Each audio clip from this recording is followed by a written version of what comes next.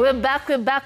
Thank you so much for staying with us. We will be continuing with our conversation on human-animal conflict in the space of agriculture very shortly. But before we get to that, of course, here on the program, we do have to give you tips on what you need to do as a farmer to make sure that you are growing in whichever agri-sector that you are in. Kama we ni mkulima wa kahawa, ama we ni dairy farmer, ama we ni horticultural farmer, please make sure that you are part of a cooperative society. Yani ungane na wakulima wengine, you form your kikundi, you register your kikundi, and you have a functional cooperative society going. Now, the importance of being in a cooperative society, number one, kama unataka kusaidiwa in terms of some loans hapa na kule, you want to improve the technology in your farm, you want to buy quality farm inputs na pesa ni kama imeshindikana kidogo, you can get support from financial institutions like the Cooperative Bank, who have been very keen over the years when it comes to supporting small-scale and large-scale farmers. Also,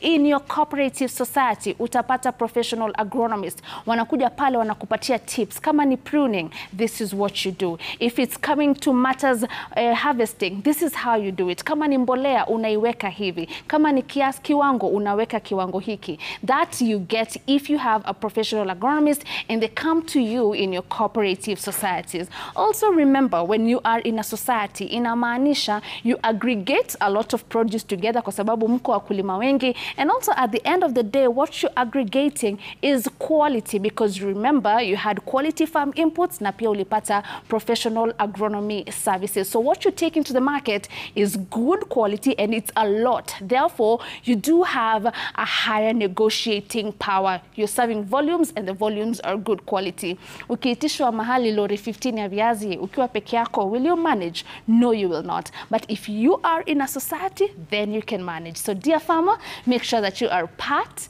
of a cooperative society and take advantage of the support that is being offered by the Cooperative Bank. Now we are back here.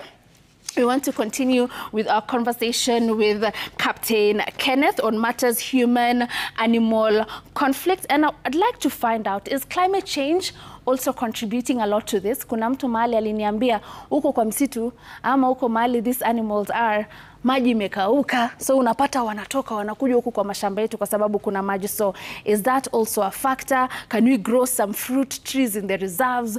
What can we do, and how is climate change accelerating this problem? Thank you very much. And indeed, climate change has been a significant problem, and we've seen quite a lot has happened because out of the effect of climate change, we've seen significant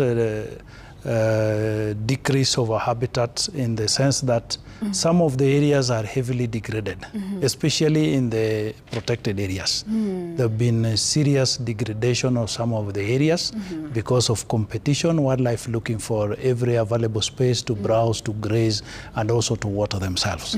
So many a times, some of this definitely leads to wildlife moving out of the protected areas, going out to the community areas or areas that serves them as dispersal or corridors as they transit to other areas and then back to their original habitats. So in that case, it has really significantly affected some of these areas. We've seen most of the rivers drying up and massive use of some of the watering points that used to serve maybe as inlets into the protected areas have also dried up because of our own human activities upstreams. Right. We've seen quite a lot of those rivers drying up.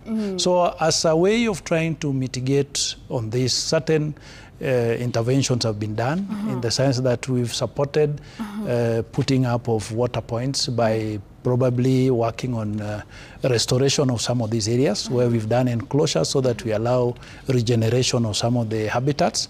We also work on provision of watering processes, either in the protected areas or outside where community live.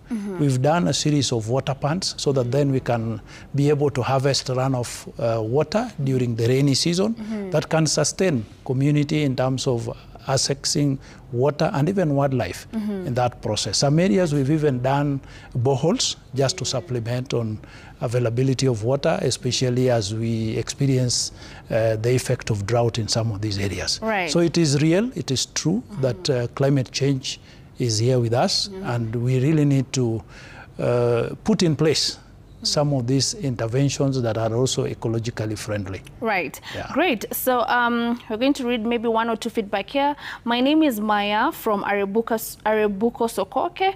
We received elephant from Savo and they damaged our cassava.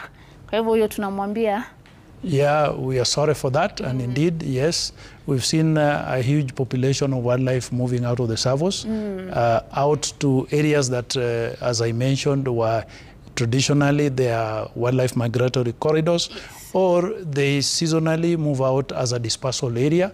When there is drought in the parks, there is always space outside, and many a times some of these spaces are now occupied by human population, and they do all kinds of things that would be able to make them make a living, like farming and all those other stuff. So it is very true that some of the communities that have now resorted to issues agriculture have gone through that problem in the recent past. Right. Hivyo eke ile fence yenye ulikuwa umesema. Absolutely. Kama ni ya pilipili, kama ni ya nyuki, atakuwa sawa. And finally, kuna mtu hapa anauliza, how about birds? You can tell us this as we wrap up. How can you keep the birds away, especially on vegetables? Birds, it depends on which kind of birds that are a threat to vegetables. Not all birds are a threat, but as I've mentioned, birds can also be affected by, repelled by the smell of the chilies, and that will definitely scare them away. They have been tried locally in Kenya. They've been tried in our neighboring countries like Zimbabwe, Zambia, and even here in Tanzania, which is our closest neighbor. They have done research, and those piloted activities have proved to be successful. Right. So even to the Kenyan community, this is an area we should invest in and put a lot more effort in ensuring that we use those interventions effectively. Great. Thank you so much, Captain Kenneth. Because of time, we have to wrap up there. Lakini lazima nikufuate kule Savo. Nione some of the measures you're putting in place to control this. Thank you very much.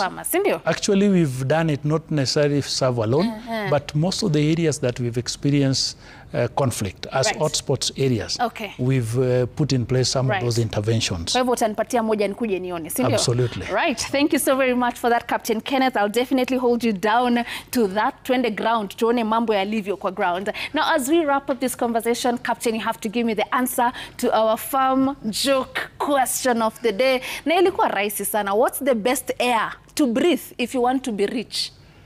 It's fresh air. Fresh air. Of course. So, can I give you a clue? Yeah. So, think of money that has some air in it. Money that has some air in it.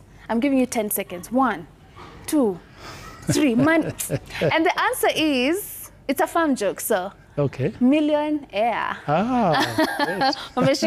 Yes. All right, thank you so much, Captain Kenneth, for being here with us today. We've learned so much about human-animal conflict, and I believe farmers who have been wondering so much on what they need to do when it comes to human-animal conflict, we have given you solutions here on the program thanks to Captain Kenneth, who is the Deputy Director, Parks and Reserves at Kenya Wildlife Service. Now, that's all for today. We have to love and leave you. We'll see you again tomorrow. The agenda is on pig farming in Kenya. Until then, have yourselves a fantastic evening.